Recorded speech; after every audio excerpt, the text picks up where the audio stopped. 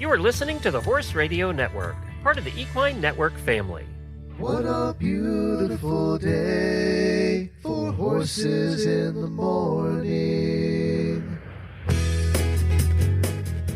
You are listening to the #1 horse podcast in the world. Here is your entertaining look at the horse world and the people in it.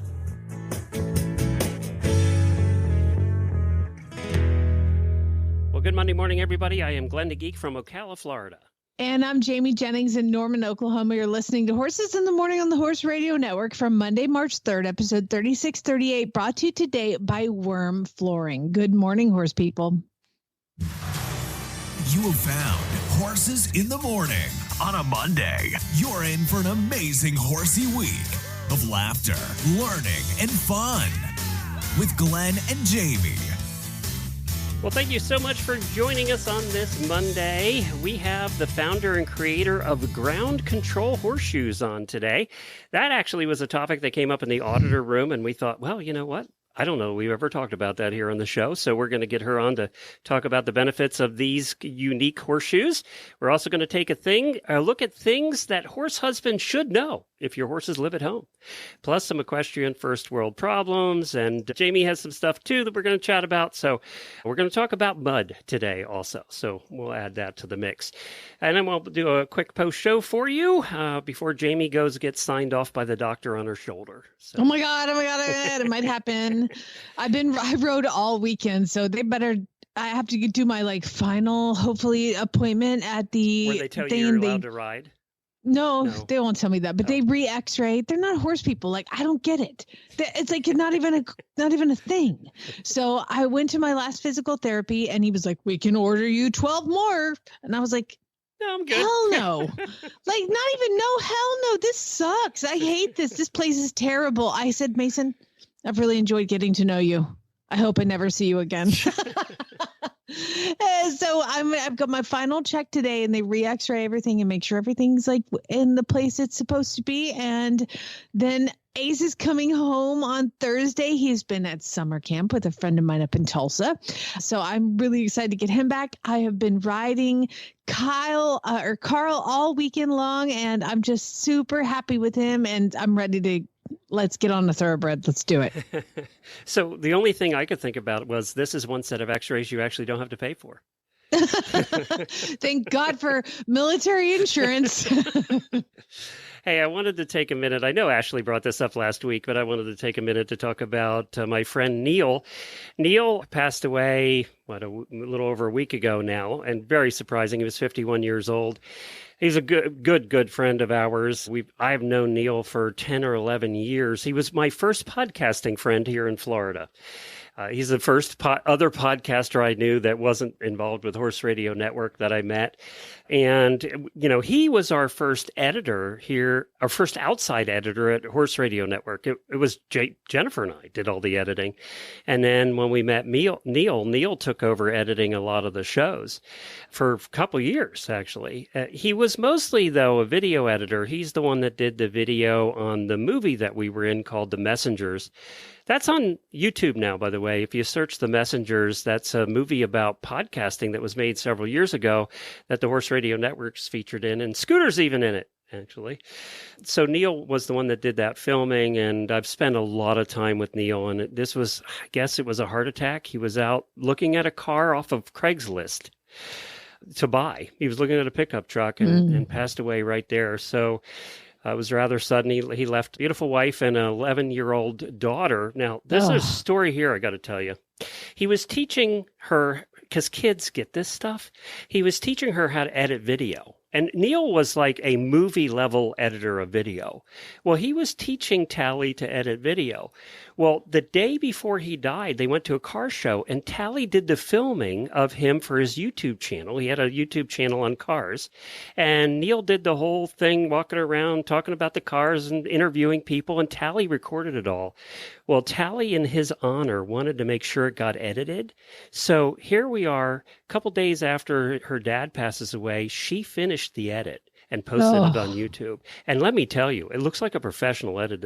It was tough to watch because it was all Neil talking. But she did that. She just wanted to do it in memory of her dad. So, good for her. She had more guts than I do. But yeah, the service is this Sunday. I just wanted to mention him because he was part of the Horse Radio Network in the early days, and I'm sorry, buddy. was a good friend.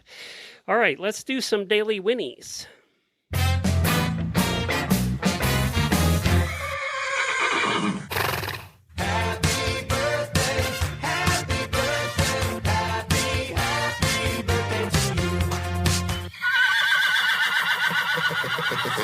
We have 2 Auditor birthdays today. We have Cade Smith, hey Cade, and also Megan Topless, who is out of the UK, if I remember correctly.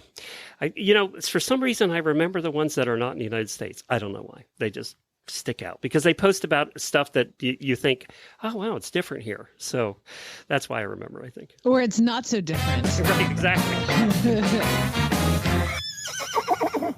Well, I thought this was so cool, and Glenn kind of had this idea, and I'm going to steal it from my daily Whinnie. Those of you who get a new horse, we want to know about it. I want to do like a whole package of this person got a new horse and the horse's name is this. And even if we don't have you on to talk about it, I think it'd be really cool to kind of get everybody together. If you get a new horse, let's celebrate it as a community, as a family of people. It's a big deal for us horse people when we get new horses. It is. It's so fun. So I want to congratulate Christine and Milton and also Margaret.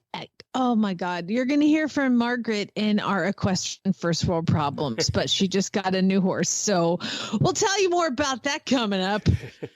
And Christine, with her horse Milton, she actually did her first lower level events over the weekend. And so she did pretty well. And apparently this horse is going to go on. She thinks is going to go on to be an eventer. So we'll see her in a couple of years at Land Rover.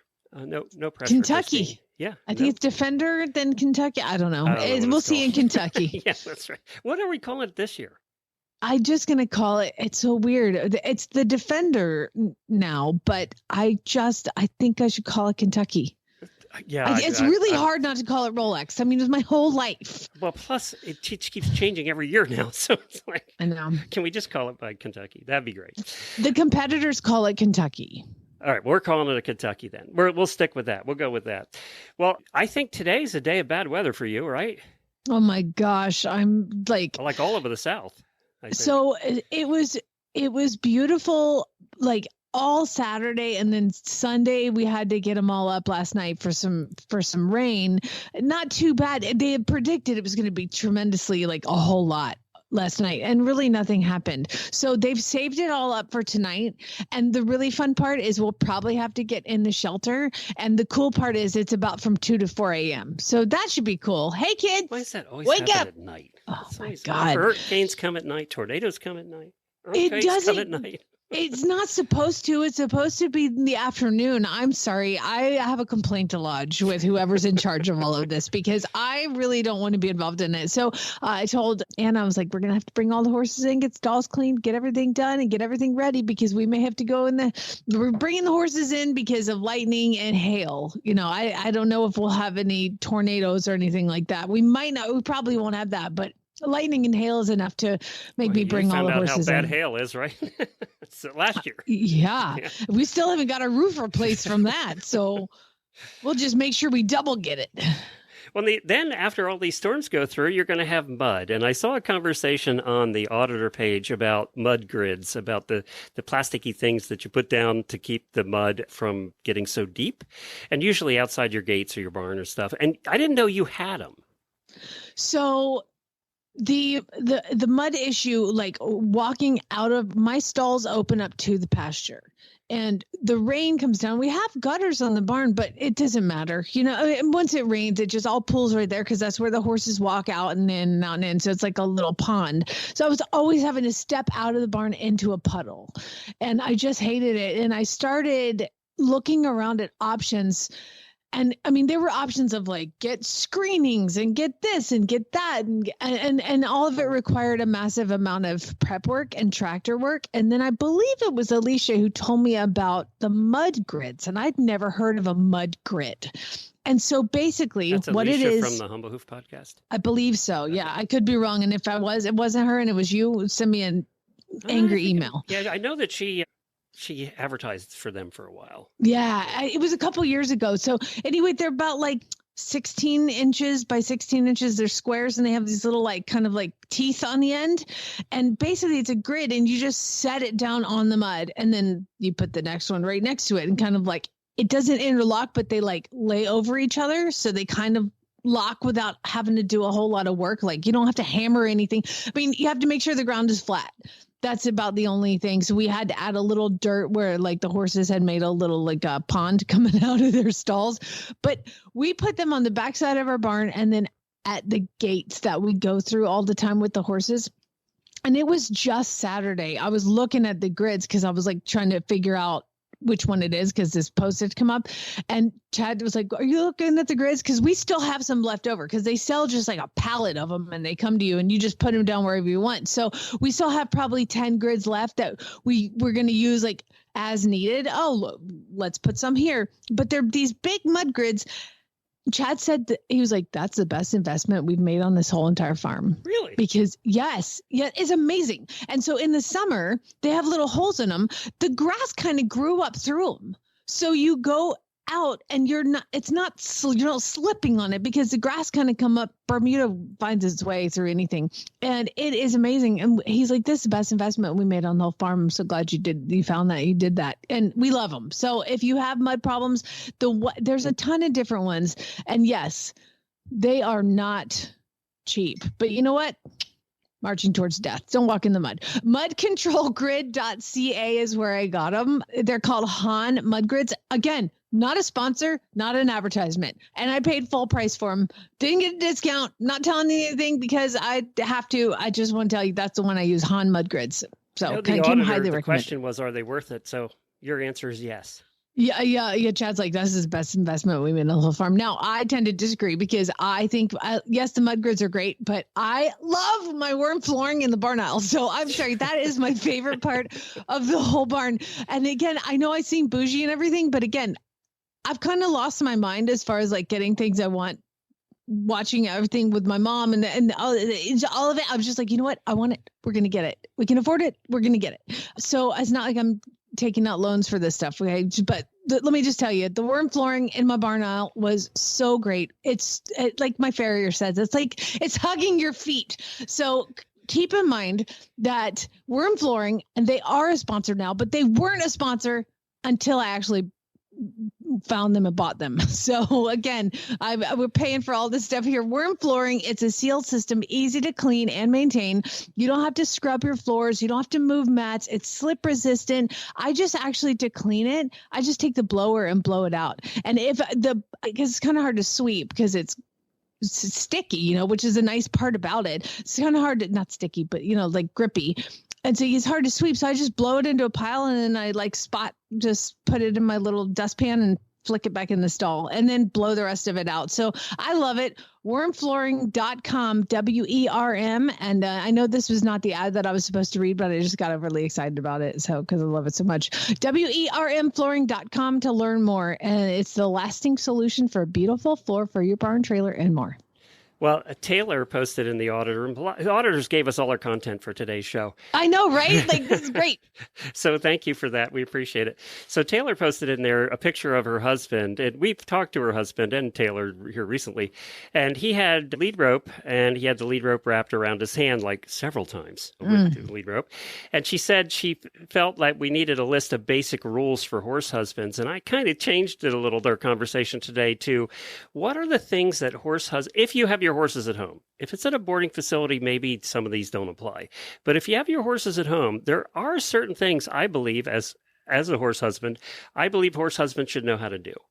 And if you don't know how to do it, I think if something happens, like Jamie hurts her shoulder and ends up in the hospital, and then all of a sudden your husband's home and has to take care of things, right? Or you get called out to your mom who's sick somewhere, and then all of a sudden the husband has to take care of things. You couldn't get that normal barn help.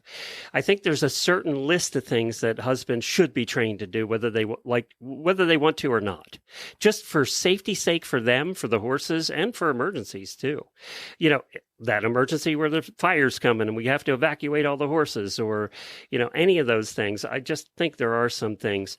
And this was the suggestions from the auditors. Okay. So don't walk behind our horses, even though I'm sure we all do it. So I do try and walk around the front, even our horses, which I know are pretty trustworthy, but crap happens. And again, I try to explain to Chad because my husband he wants nothing to do with the giant animals in the field. He knows more than the average. No, he does not. See, no, he does not. Would. No, he wants, I'm going to let you do your list and then I'm going to give you my list. But okay. I tell him, I'm like, he thinks that if he's 40 feet away, he's going to get kicked. I'm like, babe, they kick when they're scared or mad. Does he look mad? No. Is anything scaring him? No. We're fine. You're fine. You can walk through the barn aisle. Like they're in the stalls. You go first, then I'll do my list. All right. Don't ever wrap the lead rope around your hand. I feel like I still, even after all this time, and I know better because I've had this happen once with one of the Percherons, but I feel like we all still accidentally do this occasionally. But I'm very conscious of not wrapping it around my hand because I've seen hands of people who wrapped it around, horse bolted, and all of a sudden their hand's crushed. So I'm very careful about that one. But I think that if there's one thing, if we were going to pick one thing out of this entire list for your husband to learn, that's the one thing. Always double check the gates. Well, I'd have to say that to my wife too, actually. Yeah. Oh, she's in the background. You in trouble. She said, "Oh, shut up." One time, she says, in 30 years. Colic signs, another thing, to look for. Yeah. And I have caught, Jennifer will agree that I have caught some of those over the years. The basic one that I try to, as far as colic signs, if you see a horse rolling in the field, you need to let me know if one thing happens. If they stand up and they don't shake off, even if it's just their head shaking something, if they stand up and they don't shake off, they're sick. Yeah, or they're pointing their nose to their belly. That's the other almost sure sign after rolling. Putting on a fly mask or a blanket would be nice. Well, I think a lot of horse husbands, the blanket's pushing it probably, but maybe a fly mask. Safely retrieve horses from the field. This is something that Jennifer wanted to make sure that I was taught immediately. I remember this from when we first met, because there would be 4 or 5, 6 horses in a field, and how to safely get one out. And sometimes, that you need to learn that because they're not always good about it, right? I would like to know that. Could you tell me how to do that, Jennifer? To give a lesson on safely getting horses out. When it became trouble was when they started running, when they got into a fit and decided to start running. And then all of a sudden, my theory about that was I waited till they stopped running and then I would go get the horses. Thank God you didn't have the lead rope wrapped around your hand. Exactly. Help safely load and unload horses in the trailer. And I was thinking about that mostly from emergency point of view, right? We're in an emergency, and I learned early on what to do and not to do by getting yelled at by Jennifer with helping load and unload horses. So now I just keep my distance. She loads the horses. I do exactly what she says. I'm not commenting because I'm saving my comments because there is no way my husband would be involved in any of that.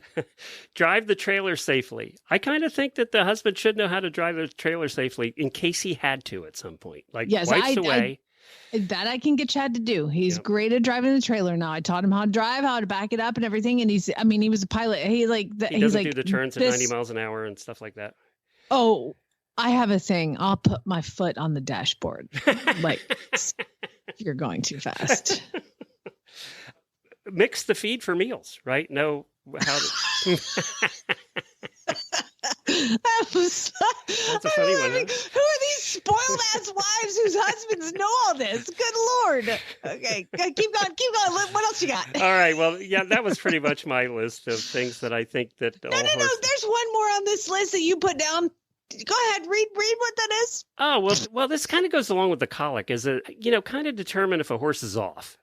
And I'm pretty good at that, actually. I can see when a horse is kind of off, and I'll get Jennifer out. But maybe it's because we have had so many horses that have been off. I don't know. Literally, I could have a horse that is 3-legged hopping up to the barn, and Chad would be like, Not say a word. Okay, so I let me feel give good you. about myself. Maybe I am America's horse husband. You're ridiculous. Oh, that's amazing. But I will tell you that I have a very unwilling, even to have this farm and to have all this great stuff, I have a very unwilling participant. Like, I feel like he used to be more willing, like in the Arizona days. me, yeah, he used to help me muck out in Arizona. He's hit the point where he's marching towards death and he don't want to do it anymore. Your horse is your thing. So I will tell you that we did have an issue over the weekend, and I was so happy it wasn't me. Like it's like Jennifer leaving the gate unlocked. Okay, Chad 2 days in a row left the hose on watering the trees. They're good in water now, huh? They're watered, and we have tons of rain yesterday and today coming. So great job, honey. Great job. Okay, so here's my list of what I would like my husband to know. This first one is kind of questionable because it changes without me telling him. How many horses there should be in the field? How many? In your world, I mean, my world, it's easy. In your world, I wouldn't even know. How many horses are there? Like how many horses do we own? Okay. The next one would be, who are they? Yeah, well, with your horses, I wouldn't know that one either. I just the gray one, the green one, the yellow one. That's the easy thing is there's 2 grays and 2 buckskins that are mine. Okay. And then now we've got it done. So, but that throws the whole thing off. But yeah, but then anyway, you got all these transients coming in and out all the time. They're in their own paddocks. Okay. Just know the horses that walk up to our backyard fence for carrots. Okay. Just like, if you could just know how many, like if I'm gone and I say, how many horses are in the field? I want you to look out and be like, there's 5. Babe, how many should we have? I don't know. We should have 6. Find the other one. Okay. Took Who me they a month are. to learn our new cats' names, by the way. Yeah. Who are our horses? Okay. Next one is, what are their names? What are the names Now of the you're horses asking for a lot. that I have owned for years? There's horses out there. He probably knows Duke. Yeah. He knows Duke. Yeah. I got to give him that. He can't tell one gray horse from the other. Even Lucas, my 11-year-old, I was like, that's Miles. Because I quiz him. I'm like, who's that? He's like, that's Ace. He knows. The other thing is to be able to check, and I got to give him credit because he's the one who fixes them when they're broken. But check the waterers in the field, the auto waterers, please. Just take a peek in there when you're walking by. Thank you. Here's another one. You talked about having to retrieve a horse safely from the field. I would like you to know how to actually put a halter on a horse. Like, I mean, just put a halter on and lead it. Like when I'm bringing in and they're at the gate and I'm bringing in one at a time and he's standing there. He's standing there watching me. I'm like, just put a halter on the, he can't do that. It's a no. He wants nothing to do with it. Like I said, he's determined he's marching towards death and wants nothing to do with touching horses. You know where I learned to lead really well was the Percherons, because you had to be real careful when you were leading. Their feet are the size of pie plates. I mean, God, there's no way. See, it's like that. It's like that meme that goes around. It's like only a real horse person knows who the scary one is, and it's like a Percheron and a mini or a Shetland pony. You know, it's like only a true horse person knows who the dangerous one is. Hurt you intentionally, but you know what? They spook too. So I have had ponies that would intentionally hurt you. So yes. Yeah, we've had those too. Yeah, that's my list of things. I would just like him to know, like, the blanketing, hilarious. Like, I remember the one time I did have him blanket, it was like 10 o'clock at night in Arizona, and I give him Chili, who was like 150 years old, and the kid's lesson horse. And I remember him trying to get the straps under the belly, and he's going, I can hear him in the next stall, he's going, this is so stupid. This is so stupid. Why am I doing this? Is so dumb. This is so dumb. Do you know what I hate? Don't even I hate those snaps. They're not even snaps. Those things that slide through and they turn. Those kind of buckles.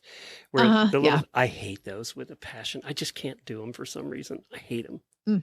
Well, if you can come up with another snap that lays flat, then you make $1 million, because that's what we have and it's what we're going to do, and you're going to have to get over it. Jennifer got now the blankets at least on the front that have the actual hooks. So I don't have to use that thing in the front. You still have to use them underneath, but not on the front. I do like the clips in the front as Yeah. opposed to sliding it through and buckling it, unbuckling it. So I've gotten a little particular about the types of blankets because because they're so quick. Yeah. And the front's Just- where you're having trouble. They're eating or you're trying to get their head up or whatever. Yeah, exactly. All right. Well, I think we solved all your problems with your horse husbands. There we go. Yeah, you guys see, and some of you are listening going, wow, I've got a lot to teach my husband. And then Maybe some we of should run horse husband clinics across the country. We'll spend half the day teaching them this stuff and the other half watching football and drinking. I think we could make golf, a fortune. football, and drinking is the second half of the day. Yes. First half is like, we'll give you an hour of like horse Here's stuff. how to put the halter on.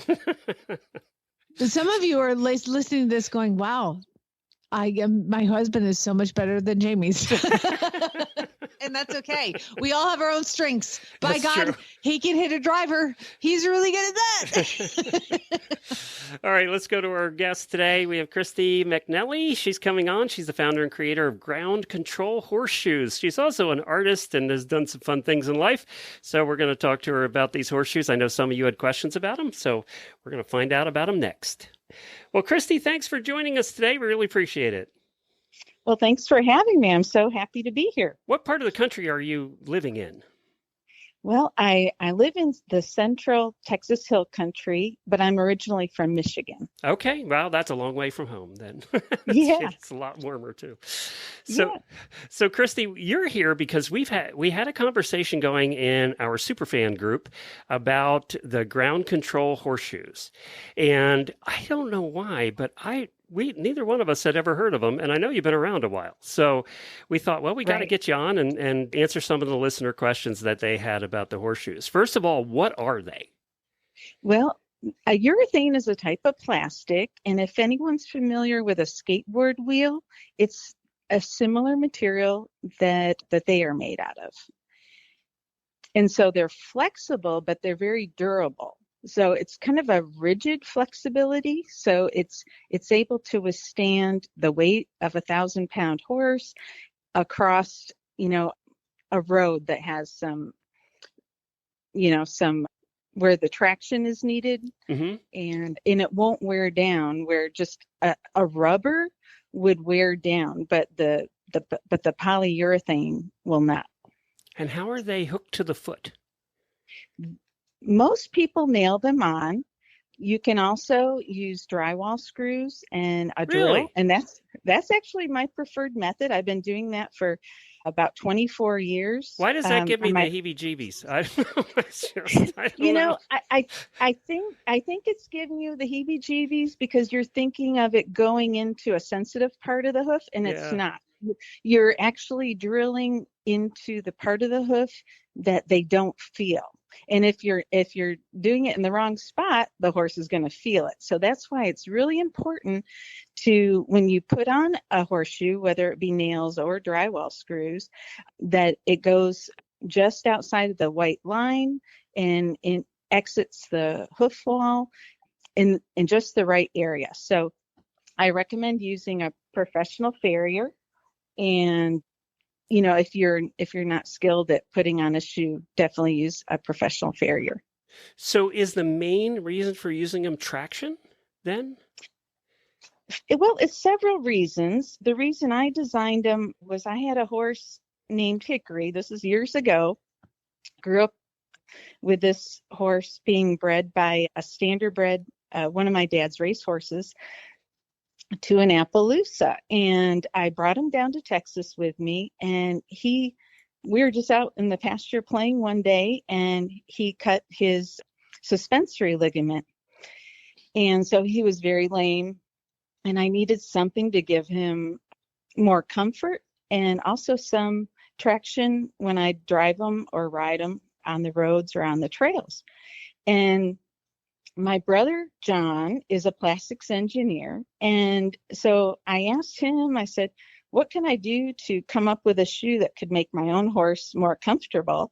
And within a year, I had a prototype and we were in production. And the next thing you know, I'm in the horseshoe business. My background is graphic design. I went to school at Michigan State. And because of that, I was able to get into the business fairly quickly without too much extra monetary support, because I was able to do my own website, my own brochures, any advertising I was able to do myself. And it's still that way today. We're just a small business, and the shoes are manufactured right here in Boerne, Texas. And so it's a very local thing, but yet they're sold around the world. I'm getting ready to ship a big order to Chile. They've been using them down there for several years now. I imagine, as far as shock absorption, it's got to be better than metal, right? I mean, yeah. Can you imagine just going around your block, running on the road with metal shoes? No, we would put our tennis shoes on because you want it comfortable and you want to be safe. And so these are very hoof healthy. They stay on. They've had proven performance since 1999, and they've been used on horses in over 30 countries around the world for trail riding, endurance, driving, reining. If they're reining, they're on the fronts only usually, so they can still slide on the back. They'll put sliding plates back there. They're used for barrel racing, jumping, for breeding horses, showing, mounted patrol, parades. There's just so many uses for them. And an interesting fact, they were used in the movie Lincoln. And I had a farrier call me, and he was responsible for getting shoes on these horses in the movie. And he said, we really need some shoes that are quiet on the set. And so, that's kind of a neat thing. He didn't use the pink ones, did he? For the movie Lincoln. No, I think they used the clear ones. Yeah, they I was going to say colors. This seems like technology that they would have had back in his day, so it makes sense. So you designed these and you made these and you invented these? I did. Being a graphic designer, of course, I had the Illustrator program, and so I was able to. And I've had horses all my life. I think. The horse owner knows the horse the best. And farriers, yes, they know horses as well. But when you're on a horse, when you're picking up the foot and cleaning it every day, I don't know. I just had a feeling for what that horse needed. And then I did have a farrier at the time that helped me understand that it needed the breakover. So there's a rolled toe on the design.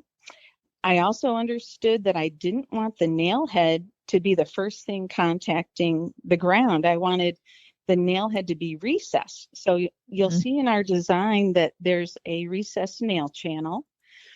And then during the prototype stage, I realized, the frog needs to be protected as well. Like when in the hill country here in Texas, we have trails that you go from really hard rock, and then you have to climb down this hill, and it's just very sharp.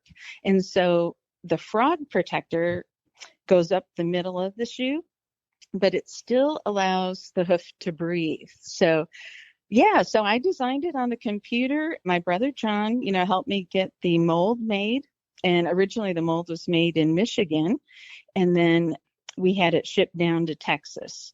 And so they've been manufactured here locally near me for over 20 years.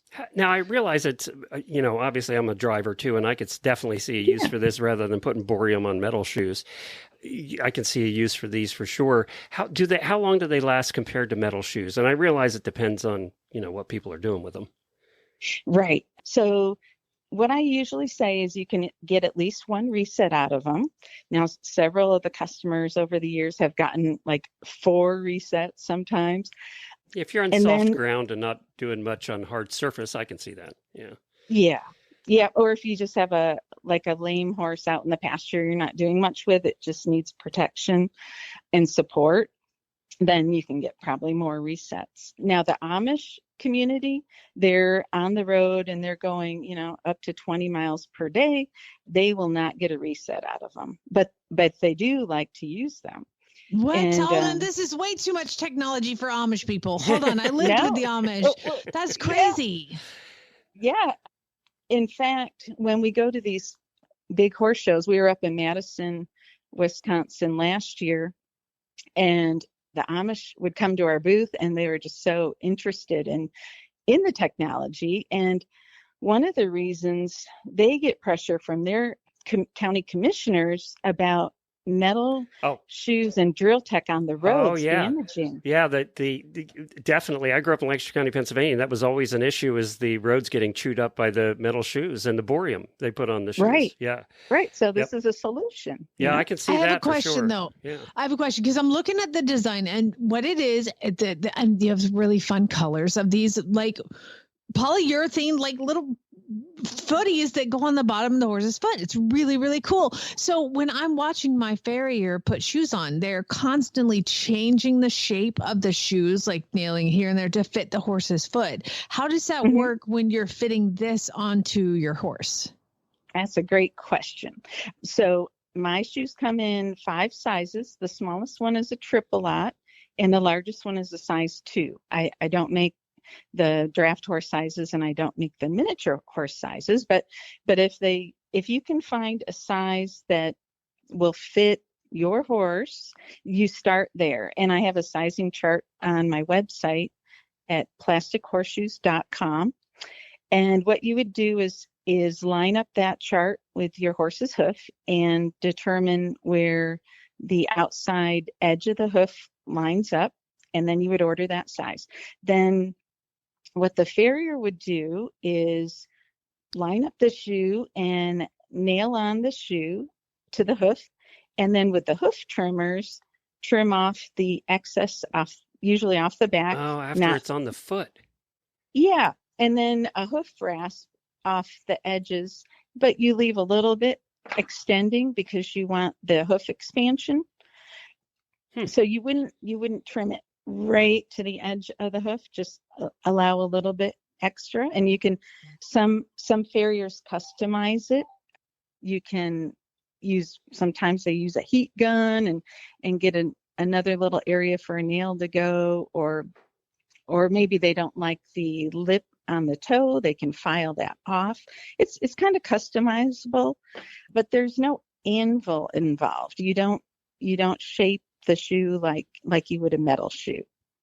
Interesting. I think these are so cool. I want to try them. I have a really interesting future conversation with my farrier being like, hey, I want these. And I'm sure they've heard of them. They've been around a long time. It's so funny that this first time we're talking about them. I'm so sorry, I'm way behind, but these are really cool. This is not something in central Oklahoma that I've seen very much of, but you're in Texas. So, I mean, come on, how crazy could it be? And we'll put a link to the website where people can go. They're not that expensive either. That's the other thing. When you take a look at them, you order them by the each, right? So it's what, $14 it looks like? Right. Per shoe. And that's so that you can order an extra shoe if you need it. Or sometimes horses' hooves are different sizes. One And of those. majority of the horses will have one size in the front and then another size in the back. And you don't order by the front or the hind shape. The same shoe will fit the hind and the front, but you might need a smaller size in the back. Yeah. Well, we'll put a link to it so people can check it out if they want to give it a try. I wanted to talk to you about one other thing. You had a picture on your website of you in your Mardi Gras outfit. What kind of horse was that, by the way? Yeah, that's my horse Zeus, and he's a Tennessee walking horse. Okay. And you took him in the Mardi Gras parade actually in Louisiana?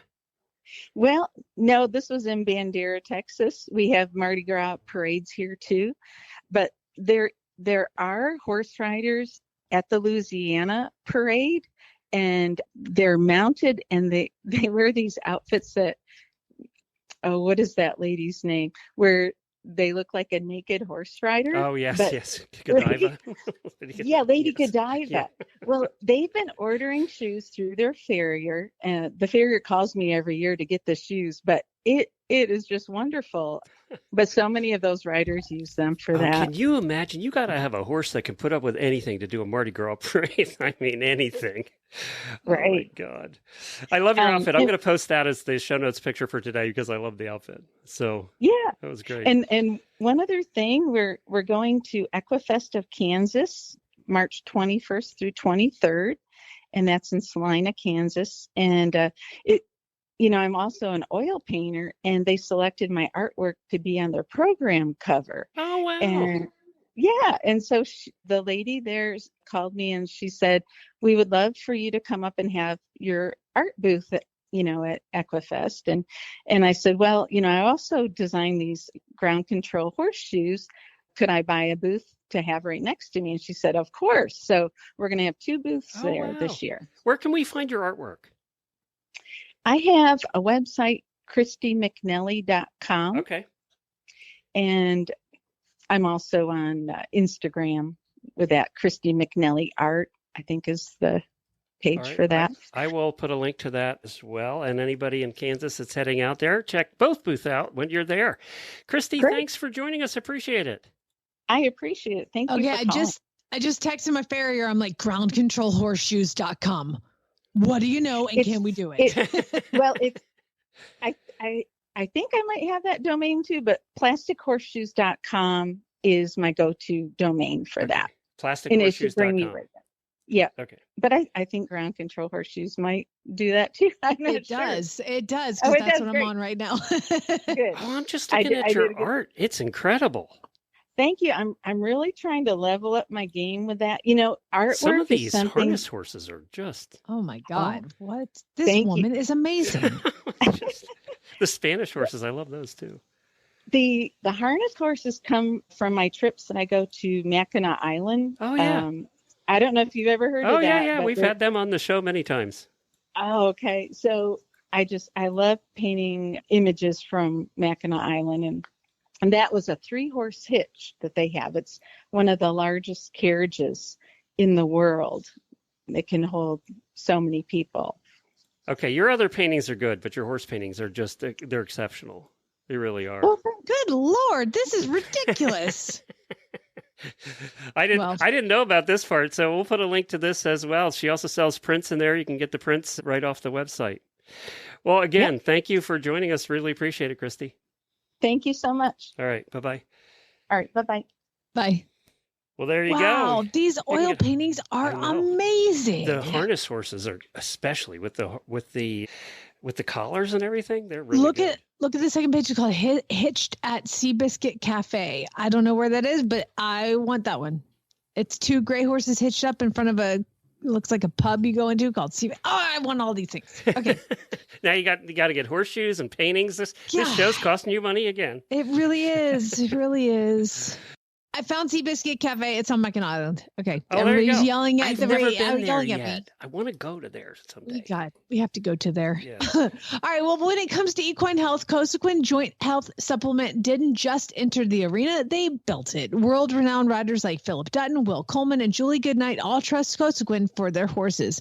The high-quality, scientifically researched ingredients found in Cosequin products range to support joint, digestive, hoof, and immune health, the areas most impacted by performance horses. Top riders give their horses the best, and that's why when performance matters, they choose Cosequin. With over 30 years behind the Cosequin name, you can rely on Cosequin products for when performance matters. To learn more, visit Cosequin.com. Easy, effective, and eco-friendly fly control starts with Fly Predators.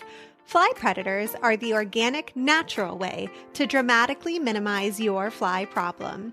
Learn more about Fly Predators and other Spalding Labs fly control solutions at Spalding, spalding-labs.com. It's time for the weekly look at your equestrian first world problems. This ought to be good. That's right. It's the time of the week where we let you share with us all of the tragic tales and sad things and difficult things that you're going through. So, how you do this is like on Sunday, or in this case, Monday morning. Glenn did it because I forgot. We put up a post on the Horse Radio Network. I figured it was a rough night last night. So. Yeah, it was. Auditor's Facebook page. And then you get to go in there and participate and let me know what is going on in your part of the world. So if you want to become an auditor, how do they do it, Glenn? Just go to horseradionetwork.com, scroll down to the middle of the page, you'll see an auditor banner, and you can join by clicking that link. Okay, first world problem. I'm old and I need glasses now. Okay, here we go. We'll start with Caitlin. Caitlin is the one who purchased Taco Tuesday for her daughter, Charlie. Now, I think we're still good, but this post had me scared for a second. Charlie has grown inches since last year, and Taco says now that his saddle doesn't fit quite right. So both need new riding gear at the same time, and Kentucky is so far away to wait for good shopping deals. Oh my God. Doesn't sound like she's trading Taco in yet. I know, but she grew inches, and I was like, oh no. Oh, okay. We're still good. So I would like to point out that, like, I have a list of things that I'm going to shop for when I get to Kentucky, and it is starting to really bother me that I don't have them right now, but I'm just going to wait because shopping in Kentucky is fun. Anna says, this one makes me happy. It's finally nice out and I have time to ride my horse, but my horse needs his feet done and I'm his farrier. I love that. Get your stuff together, Anna. Come on. Amanda says, I got 3. Oh, this is such an equestrian first world problem. Girl, I got 3 new saddle pads and I want to use them so bad, but my mare is shedding. So if I use the saddle pads, they're going to get all dirty and they're brand new. And hairy. Yeah, I don't know about all the other parts of the country, but in Florida, they're losing hair by the buckets right now. Oh, yeah. Ours are thinking about it, but I'm like, hang on to it a minute longer, please. JMO says, my horse likes his new paddock mate so much. I'm so happy he likes his new friend. But it means he doesn't greet me with all the cute Whinnies at the gate anymore. Hillary, oh, that's sad, Hillary. There's a clinic on March 15th, and I really want to ride in it. But it's my birthday weekend, and I already have plans to, like, take my lesson and get my hair and my nails done and hit the local talk shops and then go out to dinner. So I can't go to the clinic. Priorities. Obviously, the priorities are with hair and nails. Okay, remember the aforementioned new horse for Margaret? Oh, yeah. Okay, here's her equestrian first world problem. I think she got one from a rescue or something. She said, so I ignored my better judgment, and I continued to look at Facebook pages. And now I own a new horse. Did I need a new horse? No, but he needs me. Oh my God. Was there right, wine Margaret? Involved? It doesn't matter. He needed you. Okay. I have like a whole pasture full of senior horses that needed me. They needed me. But here's her problem. You're a bad influence on the human race. I am the best. Somebody said I'm a equine social media influencer. And I was like, no, I'm just an equine influencer. I will influence you to get the equine. But here's her problem. He's in quarantine right now and getting vetted. So I can't bring him home for like several weeks. And she wants to like braid his hair and brush him and make him pretty. Oh, I'm so happy for you. Congratulations, Margaret. That's cute too. She posted a picture. Carrie said, I was just stopping by for a minute. Oh, wait, hold on. I got to read this the way she wrote it. I was, quote, just stopping by for a minute, and I wore my non-barn gloves and my non-barn coat to visit my horse. Come on now. What time of year is it? It's shedding season. You know you can't do that, she said. My horse, who resembles a yak, is shedding like his hair is going out of style. Yes, now you have, well, think of it like this. You get to take a piece of him everywhere you go. Why is it so hard, though? We came home from lunch, and of course I had my non-barn clothes on, and we were going right out to the barn, and the house is right there. It takes 3 minutes to make the detour, go, change your clothes, and go out to the barn. Why does that seem so difficult sometimes? Do you know what we all need to do, Glenn, is be German. Okay, so Anna came with house shoes, and she will not walk outside with her house shoes. And so when I'm like, Lucas, could you be half that, please? Like, oh my God. She gets home from school. She takes off her school shoes. She walks in and puts on her house shoes. When she's going to go outside, either she puts on her tennis shoes or her barn shoes. She is so meticulously German about the whole thing. I think that's a European thing. All of them over there have house shoes. Why didn't we do that? She makes her lunch every morning, and the first thing she does when she comes home is she cleans out her lunch thing. She throws anything away. She washes it out and puts it to dry. And I'm just like looking at my son who's like on his iPad. I'm like, get up, do something. God, she's amazing. You hope some of that'll rub off, but I don't think it is.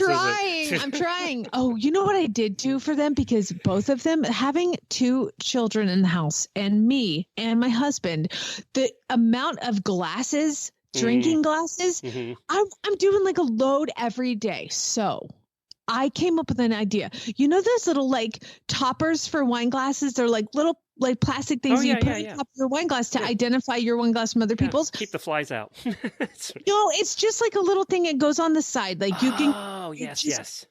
And so what I did was I went and I bought like cute little puppy dog ones. So it looks like a little puppy dog is hanging off your glass. And I was like, okay, pick your dog. Everybody picked their dog. I was like, this is your glass for the day. For the day. You cannot use another glass for the entire day. I've been doing this now for 2 weeks. If you use another glass, if I catch you with another glass, 10 push-ups. So Says far, the girl who can't do a push-up right now. Yeah, but so far Lucas has done 2 sets of 10 and Anna has done none because she has her glass. And hell, I think it's a challenge. She's used the same glass for like 3 days. My laundry, my dishes in the kitchen, y'all, this is a thing. Go on Etsy or go on Amazon and find yourself some little like silicone thing. Oh my God. Yeah, we punish with push-ups here in this house. Okay, moving on. Sorry. How about Chad? Has he done push-ups? He won't participate. He's not going to play in your reindeer games. He's pretty good about it. But what happens is I will get a glass and I put it in the same spot on the counter and he puts it in the dishwasher. And so then I have to get another glass because I don't know which one in the dishwasher. I'm the one that puts them in the dishwasher here. So, yeah. Yes. It drives me crazy. I'm like, where's my glass? You're making me get another glass. Now I have a silicone little thing that goes on top of it. And I was like, this is my glass for the day. Like I got one that I painted to look like Comer. And so like, yes, it's a thing. Do it. It's awesome. And yeah, now it makes my husband leave my glass alone. So now he's not, I mean, first of all, problem. My husband's constantly cleaning the kitchen. It's annoying. But Sarah says, just as I started riding one even, this is such a problem. That would never happen in my house. Just as I started riding one evening last week, my husband fed all the other horses. That is a problem. First of all, because then your horse is going to go crazy because they just want to eat. But second of all, that's a first world problem. I'm sorry. My husband fed all the horses. What? What? Oh my God. Did he clean the stalls after that? Jeez, very well. Okay. And let's see. Another Sarah post, she had a big week, I guess. She says, we live 3/4 of a mile down a dead-end road. I rarely see the other 2 neighbors, like rarely. First time this year that I ride down the road, the crazy neighbor decides to hop on his motorcycle. Oh, God. Why no matter where we live in the middle of frickin' nowhere, is there always one neighbor? Our next door neighbor has a motorcycle, one of those really loud ones, and he doesn't ride it much, but he on the weekends goes and starts it. And as is per usual, this weekend, I had Anna hop on the Green Crusader, who is one of these very sensitive thoroughbreds. She puts her foot in the opposite side stirrup, sits down, and we start, and then I was like, oh my God, like he must look out the window and wait. He's like, hey guys, they're getting on the crazy one. Come on. Why is it? I don't know. We always have that one neighbor with the barky dogs or something, the loud car, just something. Adrian, rap music. Remember the last place we lived? The rap guy moved in next door to play the rap music till 4 in the morning. That was awesome. Adrian says this, and I'm sad to harp on all the shedding, but I feel your pain, Adrian, because she says my horses are shedding like crazy, which means spring is on the way. Yay. But it also means that I need to stop wearing chapstick to the barn. Here we go with that again. I don't know why I put on chapstick right as I'm entering the barn, like a moron. We've been discussing this for 15 years. You guys should have learned by now. Yeah, you can't do it. You can't do it. Let's see. Spring is coming, Rosemary says, and that means I have to start cleaning mud off the blankets and wash them and put them up for fall. I bought a washing machine, so I get to do it all myself. Why'd you do that? And last one, Claire, it warmed up so This one is just because this is nostalgic for me. Claire says, it warmed up so fast here that I had to turn on the air conditioning in February. Guess where she lives? Arizona. Yep. Arizona. One of the only places in the world where you need air conditioning in February. I won't mention that we've had in our country for a month. That's the other place. We're the other place. In the U.S. Well, thank you, everybody, for putting up with us today. We really appreciate it. We have a full week planned for you. The American Horse Council tomorrow, Mary Kitzmiller and Jennifer on Thursday. And then, of course, Jamie and I will be here Wednesday and Friday. If you have weird news, send it to where, Jamie?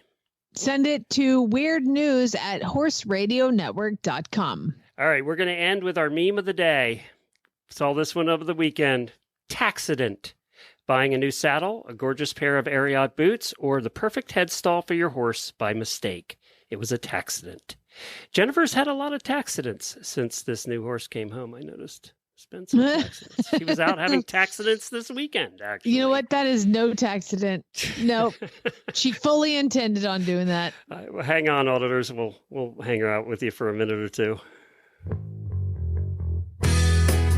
Spay Neuter Geld.